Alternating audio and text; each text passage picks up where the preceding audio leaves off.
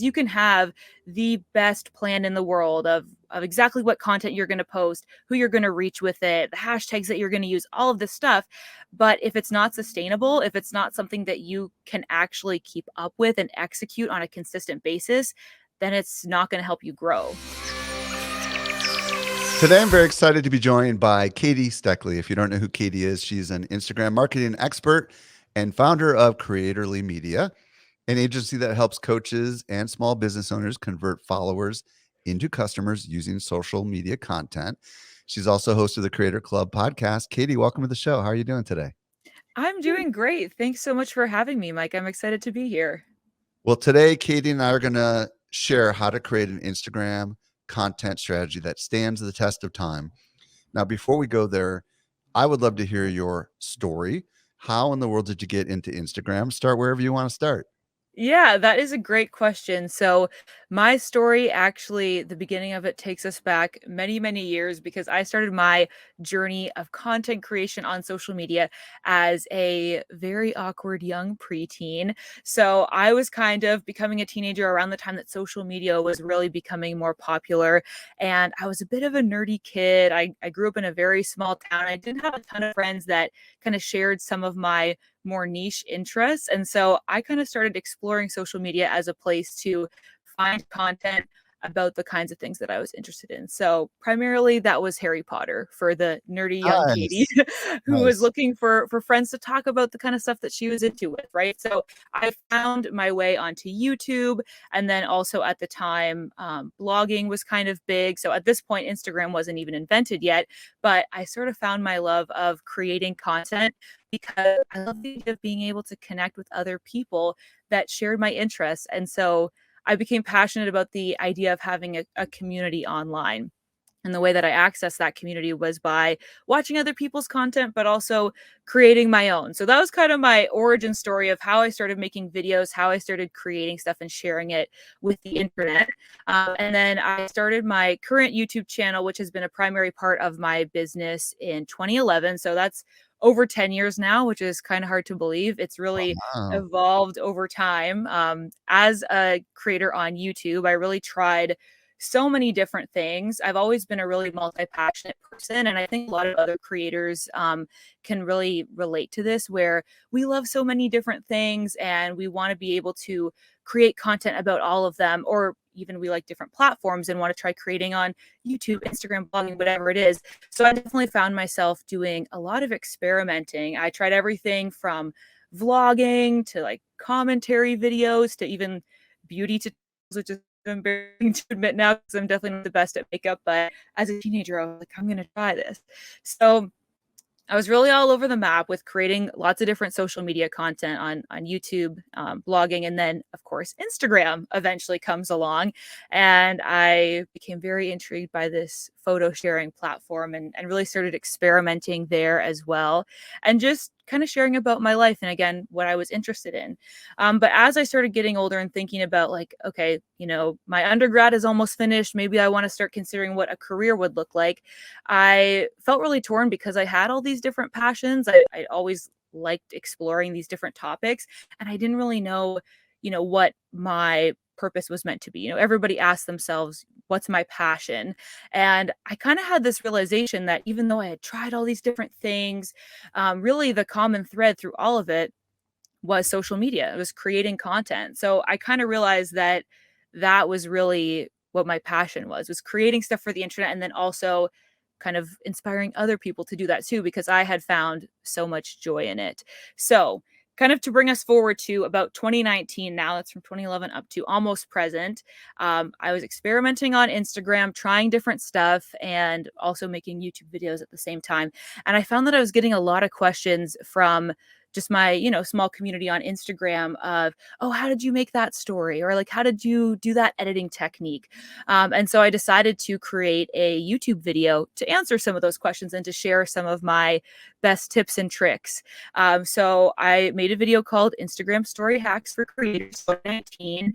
And when I posted the video at the time, my YouTube channel had just about 3,000 subscribers. But within a few months of posting that video, the video had brought in over 1 million views Wow. and has now brought my YouTube channel to over 100,000 subscribers, almost 50 now, and just totally like skyrocketed my social media growth and really brought me to the position I am now, and like helped me discover that I really did have a lot to share around Instagram and content creation, and it's really helped my channel evolve to the place where it is now, which is basically sharing tips and strategies that I've learned through my own experimentation with my own social media profiles, but also what I've learned from helping to grow my clients' accounts with my agency, Creatorly Media. So that's kind of how I got to where I am now. So tell us a little bit about Creatorly Media and kind of who your ideal customers are and kind of what you're doing there. Yeah, for sure. So, Creatorly Media is a social media content creation agency that I founded. I've got 6 team members now helping me out as well. And basically, what we do is we work with a lot of small business owners, a lot of personal brands, coaches, to really help them with their social media content, with their ideal customers, and building a community. So we do that through producing podcasts, managing YouTube channels, and also creating Instagram content for them. So let's talk a little bit about why you feel like having a sustainable strategy on Instagram is so important. I know a lot of people struggle keeping up with all the content, that they feel like they have to produce on Instagram. And I would love to hear your thoughts on why this is kind of important. Yeah, exactly. I feel like a lot of folks in the social media world are overwhelmed by keeping up with all of the content that we need to post. And I think that there's not enough people in the space talking about creating a sustainable Instagram strategy, not just something that is effective. And the reason why creating something sustainable is so important because your strategy on Instagram or any other platform for that matter is only as effective as it is sustainable, because you can have the best plan in the world of exactly what content you're going to post, who you're going to reach with it, the hashtags that you're going to use, all of this stuff. But if it's not sustainable, if it's not something that you can actually keep up with and execute on a consistent basis, then it's not going to help you grow. Yeah, well, and talk to me a little bit about burnout because I don't know if you experienced burnout, but I'm sure during the pandemic, a lot of people did experience burnout. So, how does this strategy or why is this so important when it comes to burnout?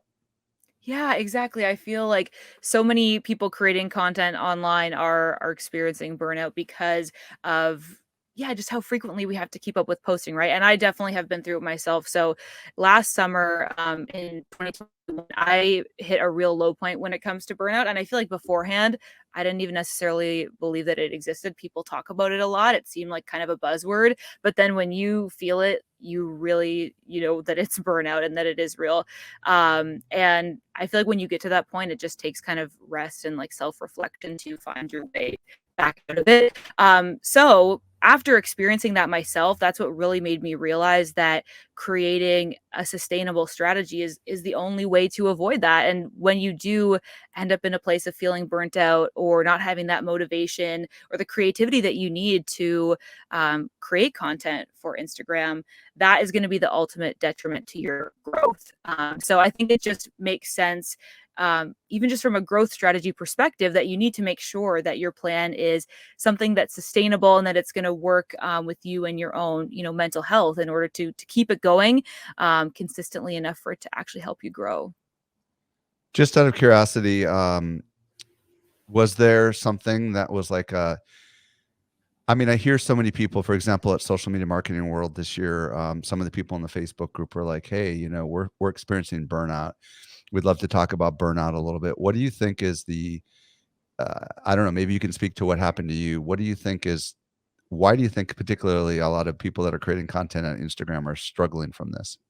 Yeah, I think a lot of people creating content on Instagram deal with this because it is such a cycle of you're constantly working on it, right? Like I have always felt like media is sleep. Like you always have to keep creating more. There's always next week's content, next month's content to worry about. So it can really feel like you don't have a chance to really take a break and take a breather and reset, which is so essential. And I think that's part of creating a sustainable strategy, is building in those breaks for yourself.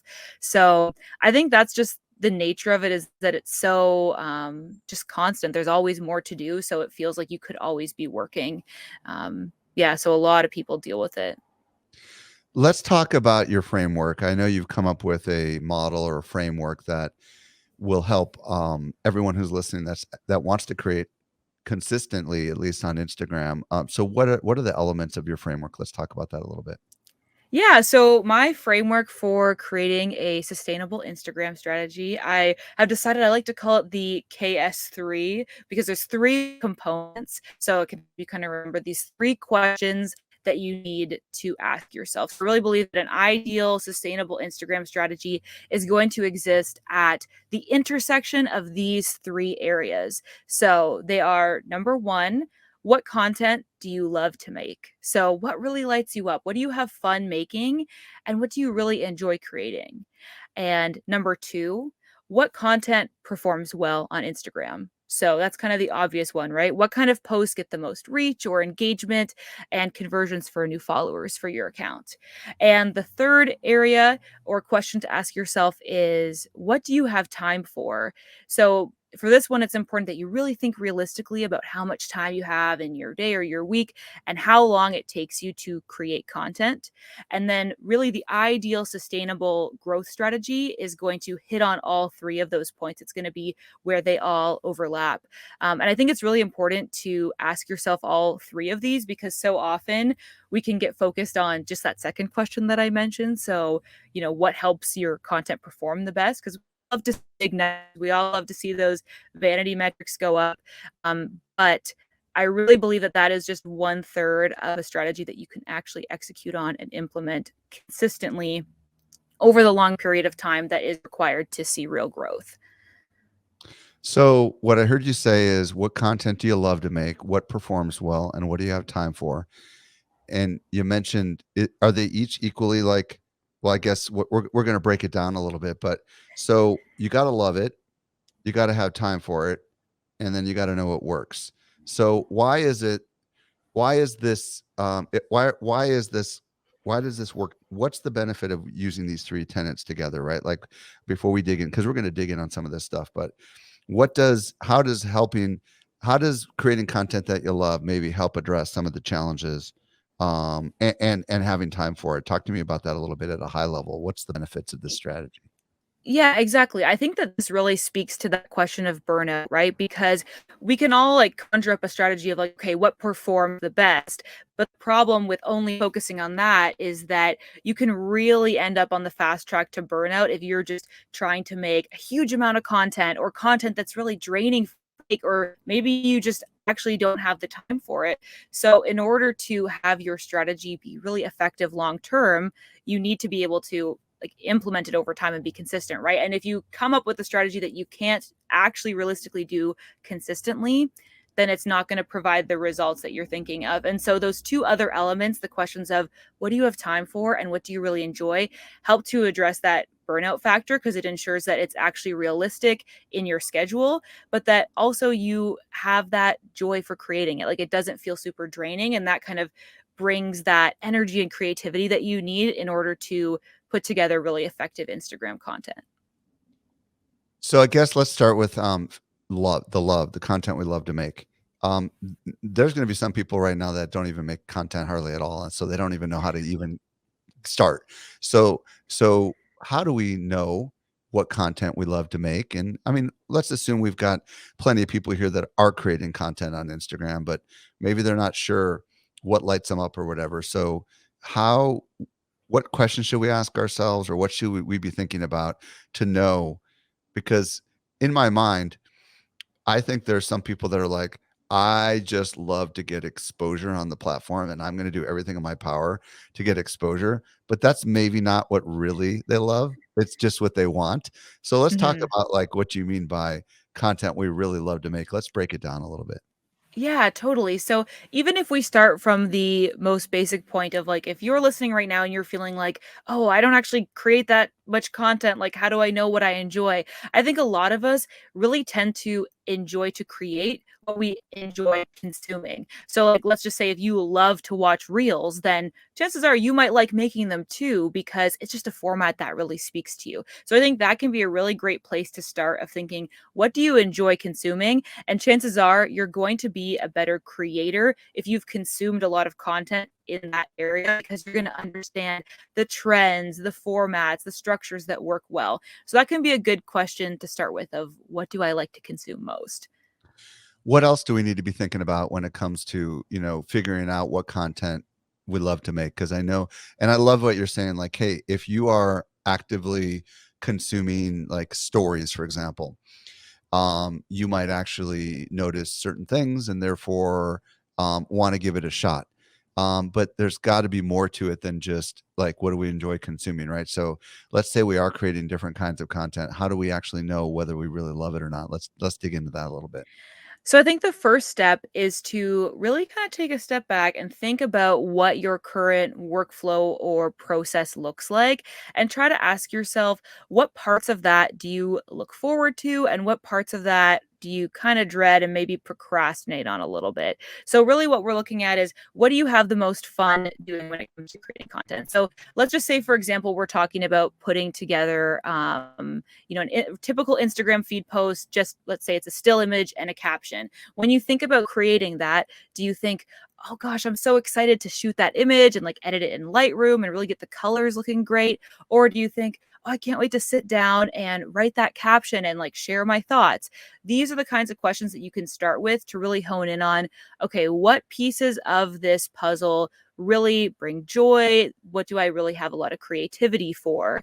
And that can help you to start identifying what your strengths are and maybe what you are best at when it comes to creating content. Because I think also a lot of times we enjoy doing the things that feel easier for us, right? Like nobody loves to tackle something that like just feels really difficult every time.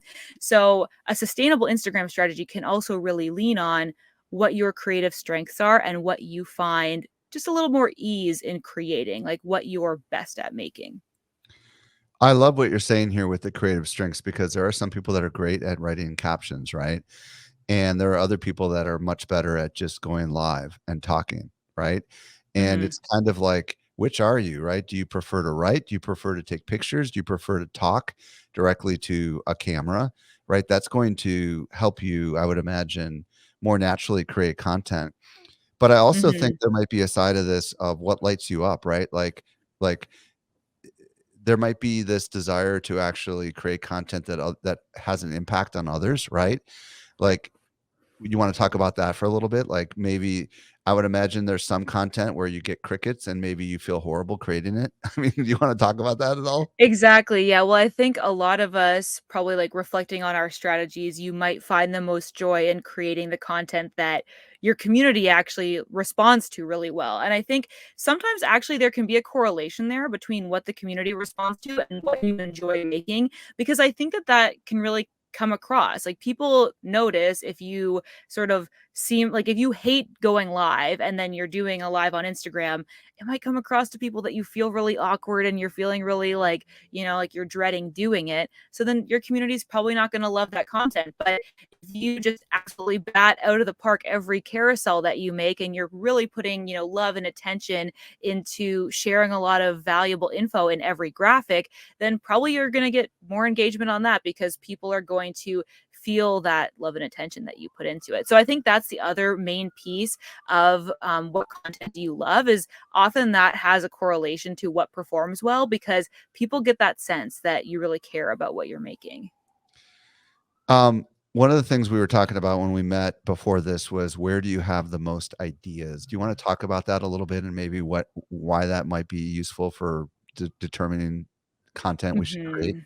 Yeah, I think often, when you sit down to plan your Instagram content, let's say for the month, all of us will probably have one area where we find like, okay, I could write down like a million ideas on this. That can be another great sign that this is a type of content that you can lean into.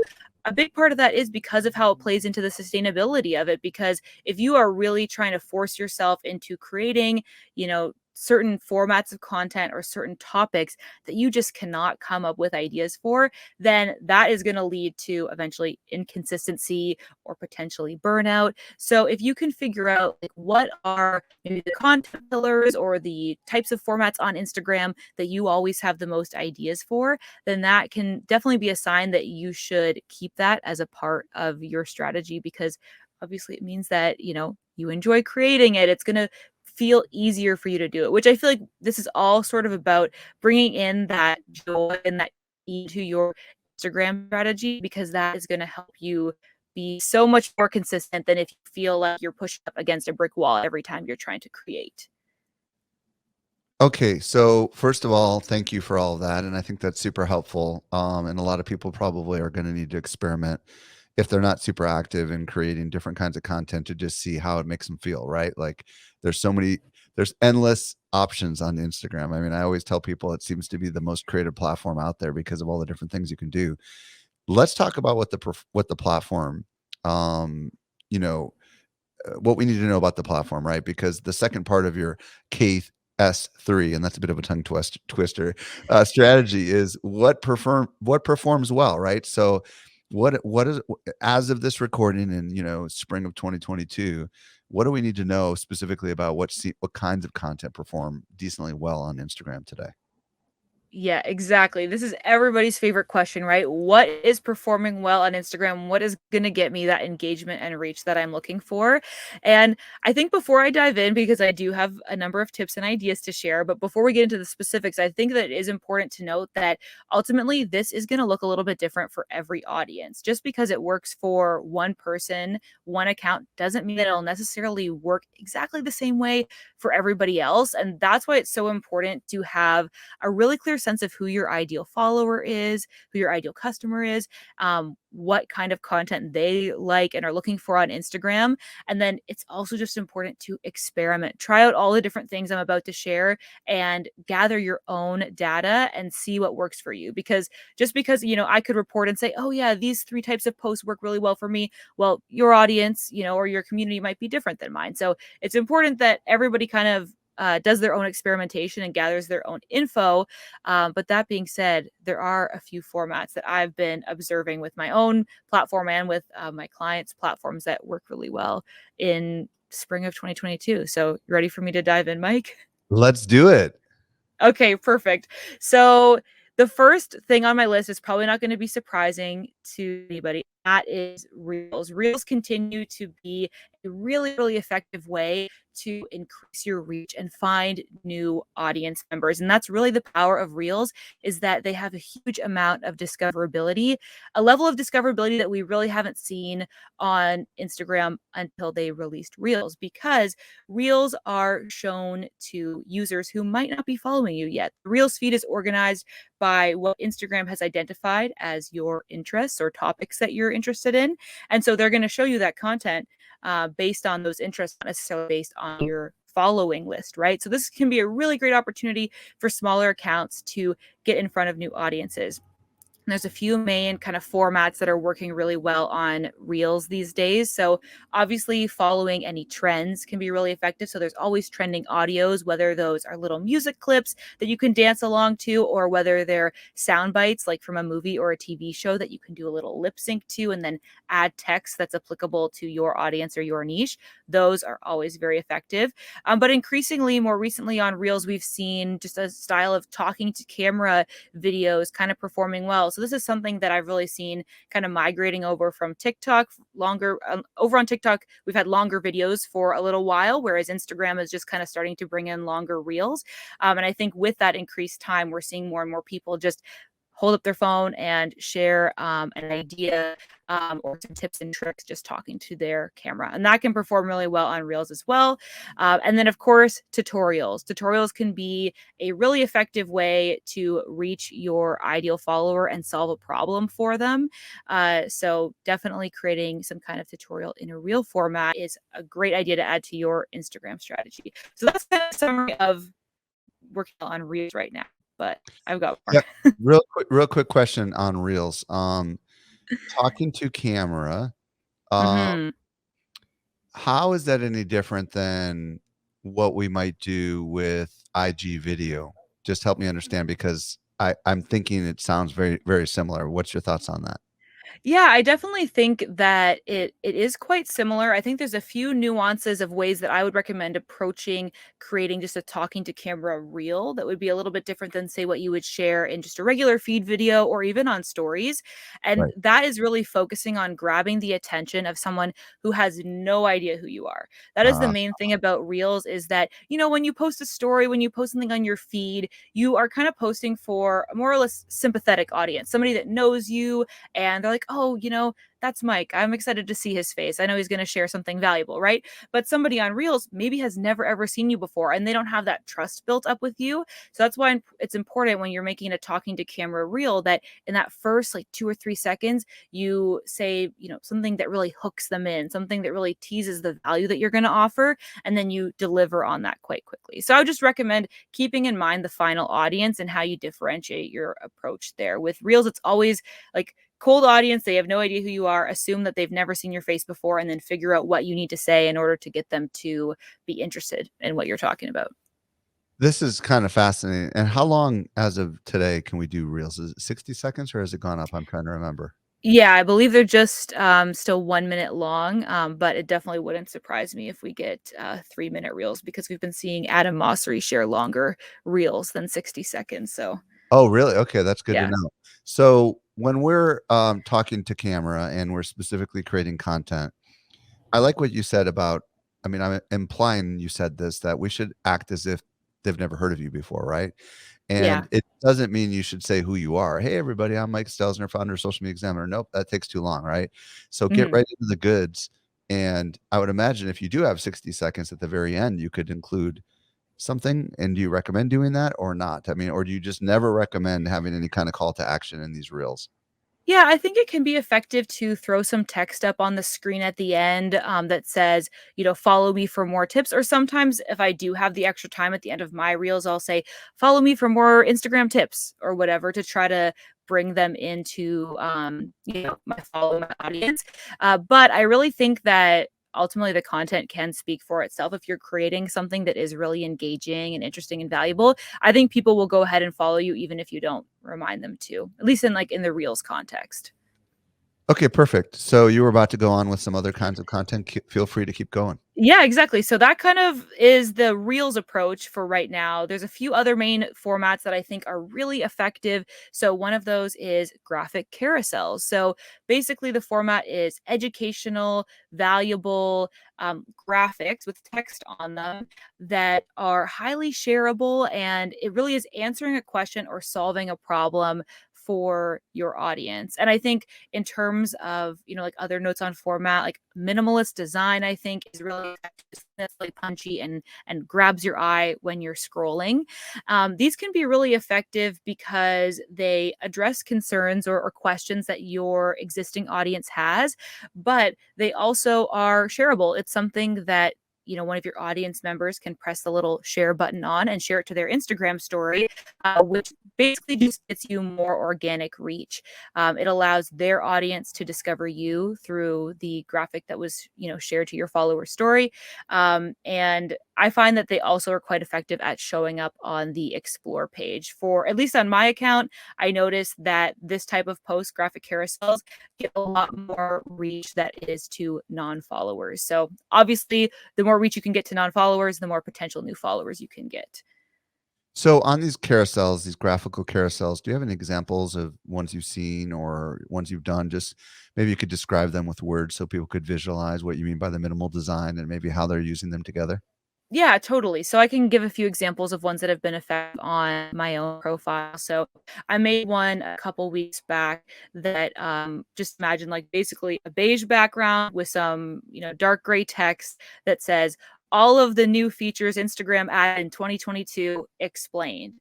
And then if you swipe to the next slide and all the following slides, on each one, I have just a little screenshot of what that new Instagram feature looks like, and then a bit of text explaining what it is. So, oh, we've got live badges to, let people know that you've got a new Instagram live coming up in your profile, and then swipe to the next one. Oh, Instagram story likes, that's a new feature, etc. So that was really effective for me because people are always curious about the new features being released on Instagram. And it was just very straight to the point. As you scroll through, you get the information that you need. And then it's very easy to either save that or share it. So that kind of stuff, that's almost like a list article of information that you can share that obviously is relevant to your niche.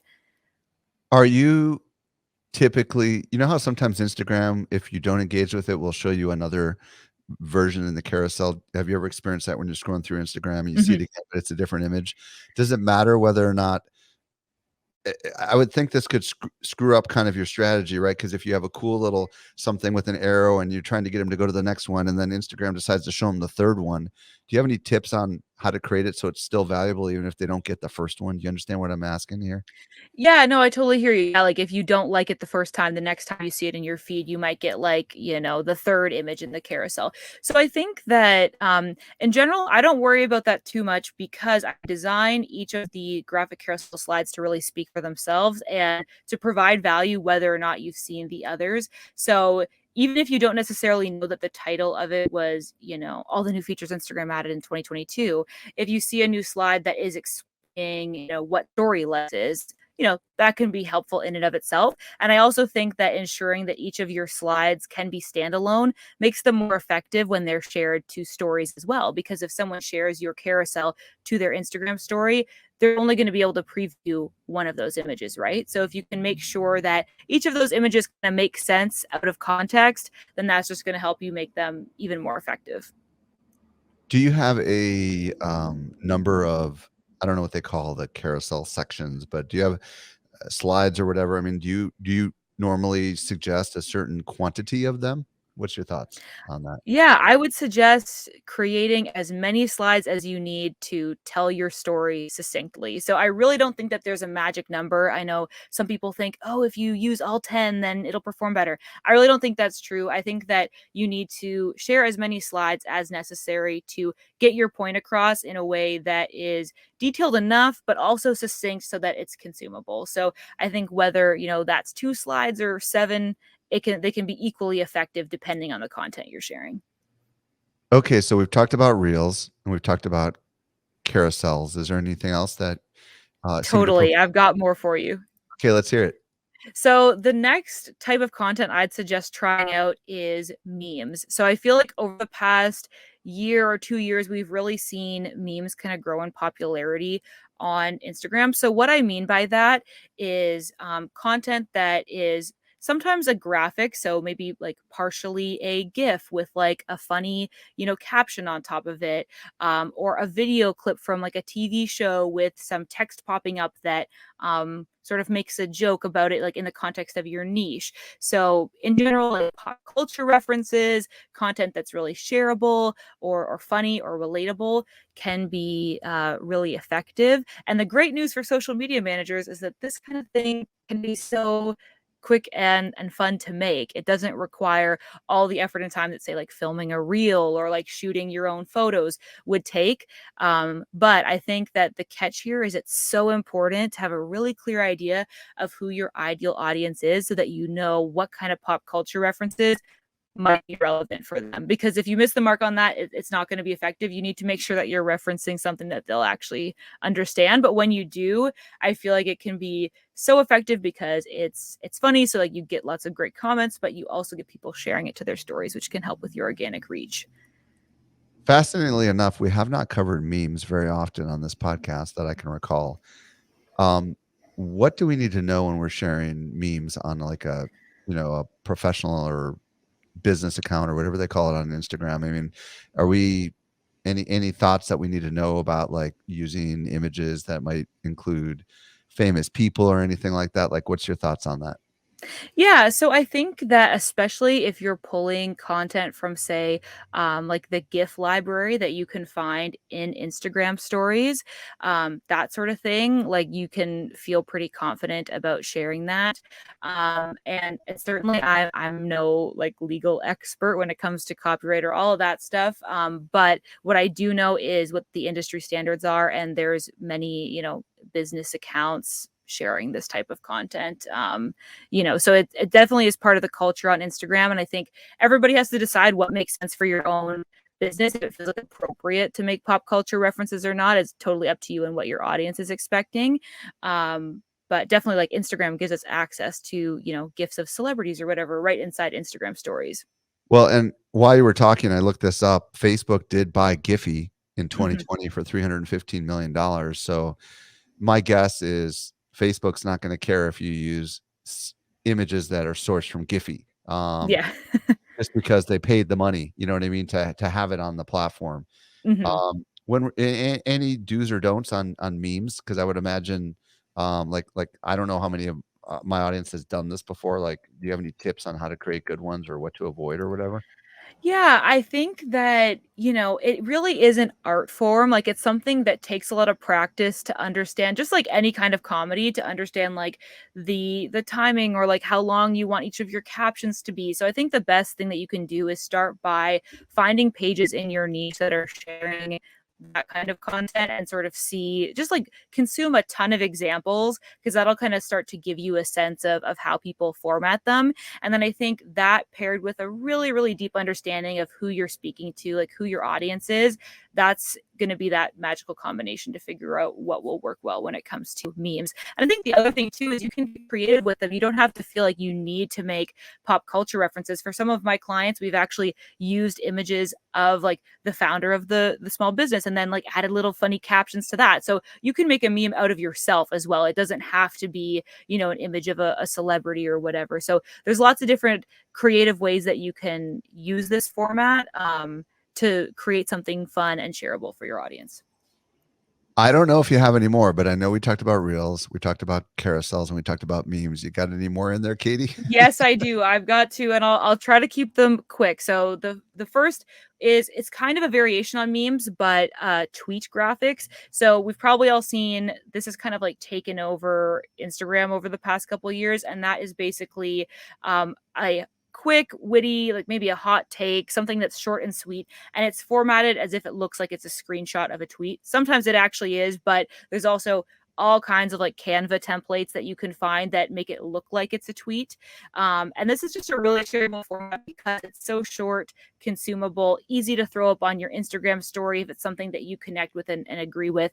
So that can be a really great way to share even like a quote from a podcast or just a thought that you have about your industry that might be relatable to your audience. So tweet graphics in general, can be really, really effective when they're done right. And then my last piece of content suggestion is photos with longer captions, which might be a surprise to some because I feel like some people feel like photos are dead on Instagram, but that's definitely not been my experience with my content over the past couple months.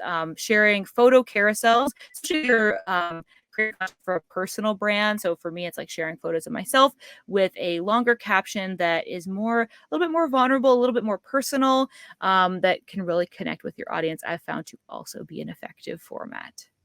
Yeah, I'm curious about this because I do see, for example, in my feed, Billy Jean, who is a marketer who happens to be a local marketer here in San Diego, but he's pretty well known.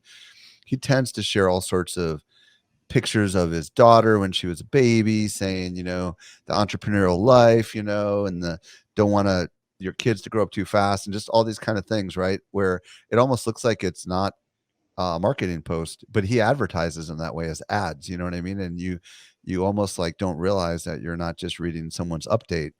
Um, that seems to be pretty powerful, and it seems to be harkening back to earlier where we talked about like if you're really good at writing captions and telling stories, this can be very powerful, right? Why does this work? Why Mhm. why why being vulnerable with your content? Why is this potentially a strategy that actually seems to have an impact?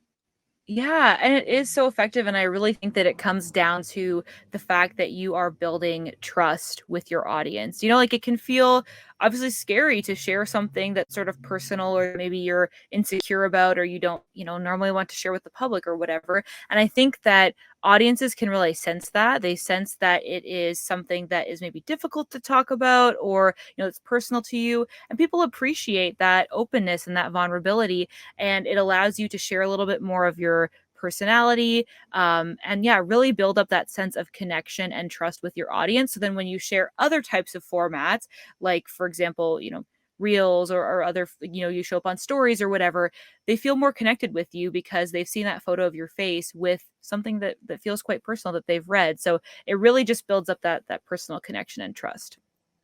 Okay, so up to this point, we've talked about creating content that you love, and then we've talked about creating content that performs well, right? Which is what we've just been talking about with reels and carousels and memes and tweet graphics and photos with longer captions that may or may not be vulnerable.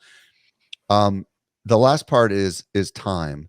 But before we go to how do we make time, um, the overarching theme of this is to create content that lasts, right? Sustainable content. Is the sustainable part of this what we're about to talk about next? Or is it help me understand, like, before we, like, where does the sustainable thread fit into all of this?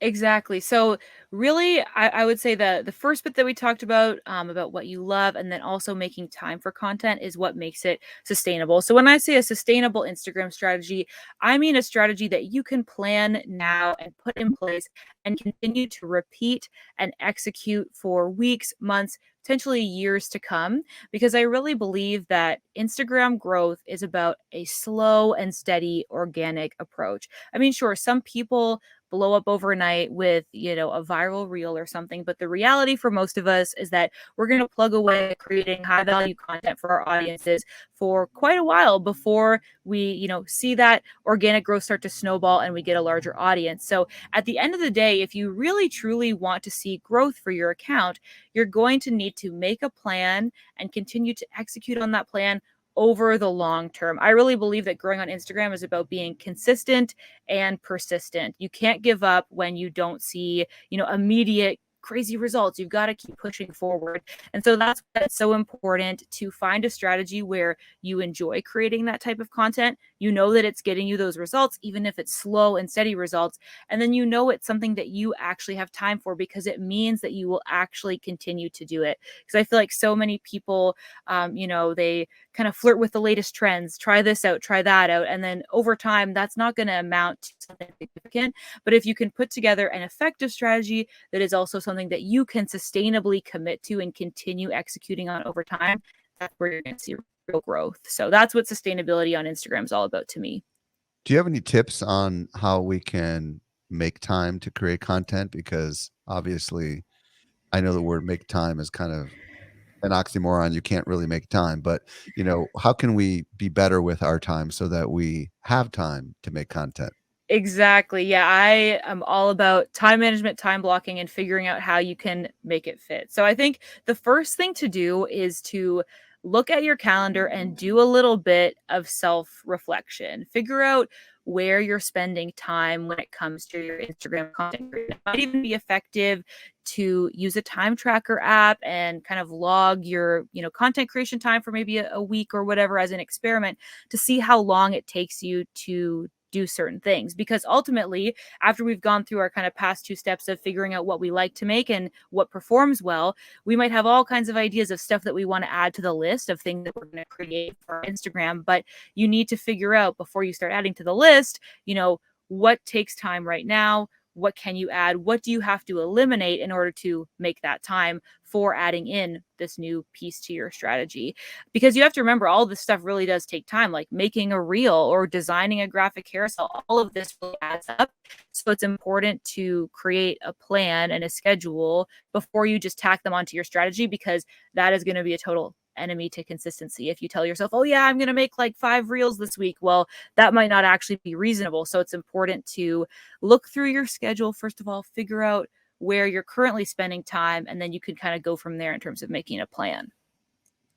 Awesome. Katie, if people want to make time set aside time to connect with you and to discover more about all the great stuff that you've got going on. You see what I did there?